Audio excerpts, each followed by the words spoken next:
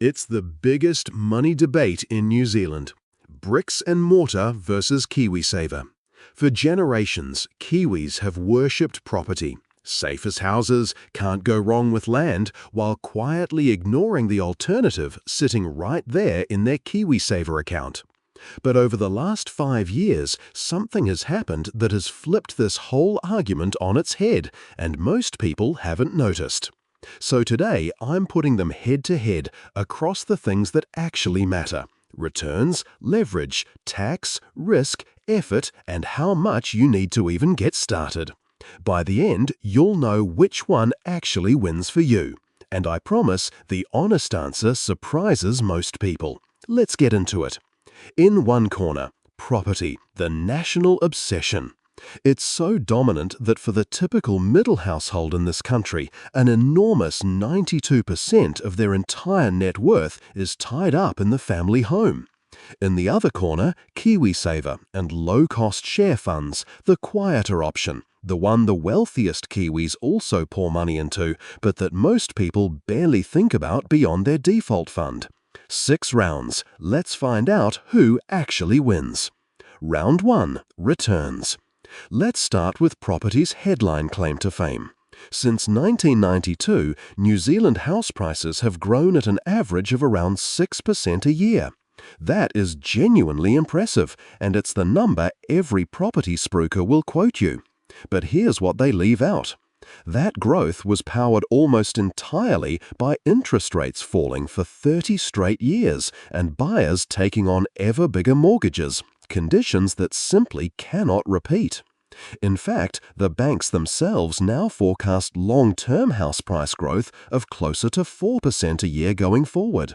And the recent reality is even more sobering. Over the 5 years to early 2026, house prices nationwide have been essentially flat, and in Auckland they've actually gone backwards, falling around 1% a year. Once you account for inflation, Auckland property has lost nearly a third of its buying power in just 5 years. It's worth saying this isn't uniform. Some provincial regions like Southland and Canterbury have kept ticking up modestly, while Auckland and Wellington have dragged the national picture down. But the era of guaranteed, effortless property gains everywhere is clearly over. Meanwhile, a typical KiwiSaver growth fund has returned somewhere around 7 to 9% a year over the long term. So while property sat dead still for half a decade, a growth fund quietly kept compounding. On raw recent returns, this round goes clearly to KiwiSaver. But property has a powerful trick up its sleeve, and it's the reason people love it. Round 2. Leverage. This is where property fights back, and it fights hard. When you buy a house, you don't pay for all of it. You put down a deposit, say 20%, and the bank lends you the other 80%. But here's the magic. When that house grows in value, you make that gain on the entire property, not just the slice you paid for. Picture an $800,000 house bought with a $160,000 deposit. If it rises just 5%, that's a $40,000 gain, which is a 25% return on the money you actually put in.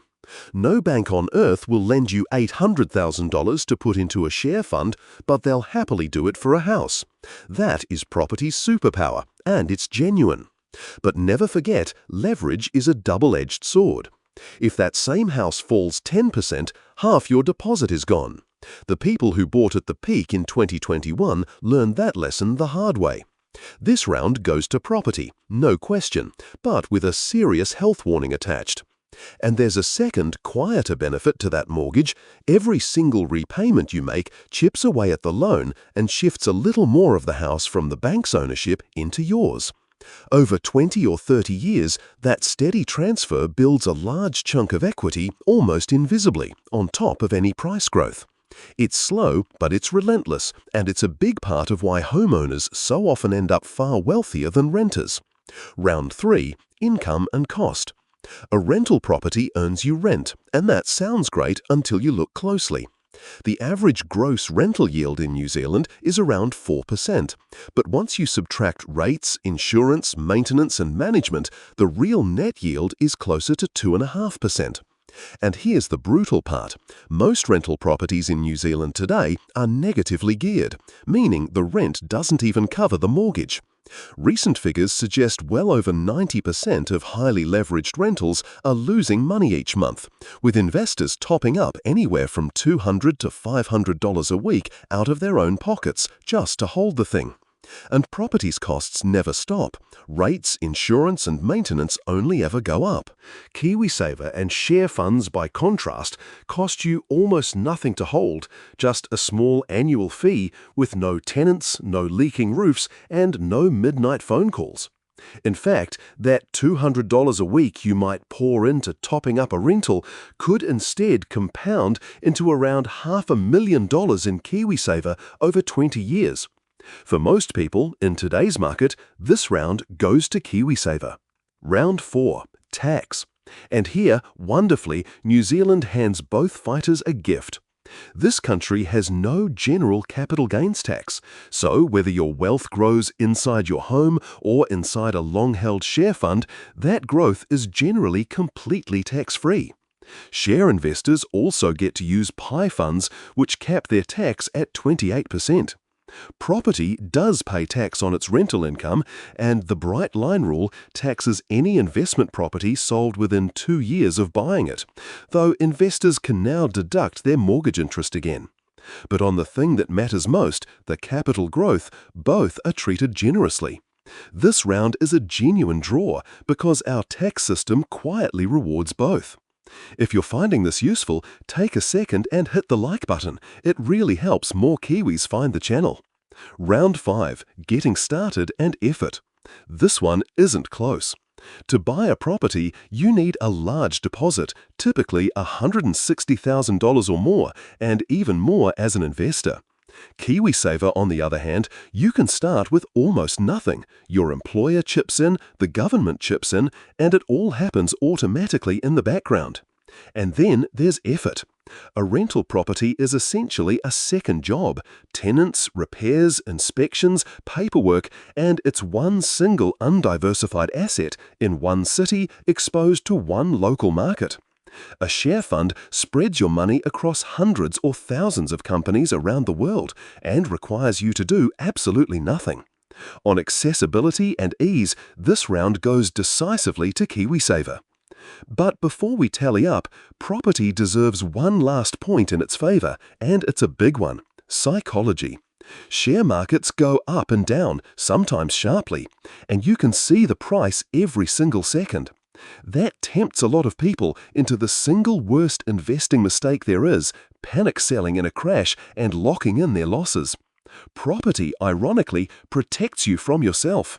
You can't see its price every day, and you can't sell it with a tap. So you're forced to hold it through the rough patches, which is exactly what you should do with any long-term asset. That forced patience is a genuine, underrated advantage of bricks and mortar, and it's why so many Kiwis have accidentally done well out of property, simply by being unable to sell in a panic. So let's tally it up, and here's the reframe that most people completely miss.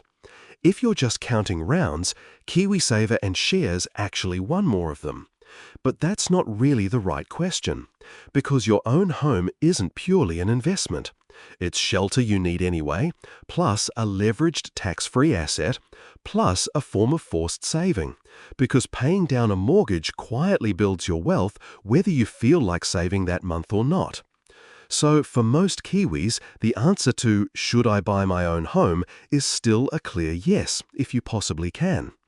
The real contest, the one that actually surprises people, is between buying a second investment property and putting that same money into KiwiSaver and shares. And on today's numbers, with flat prices, negative cash flow, and all the hassle of being a landlord, a simple low-cost growth fund quietly beats a rental for most ordinary people, with none of the stress.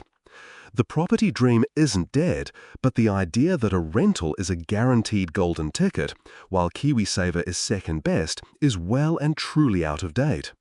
So here's the real takeaway, and it ties everything together. The smartest move was never to pick a side. It's to do both, in the right order.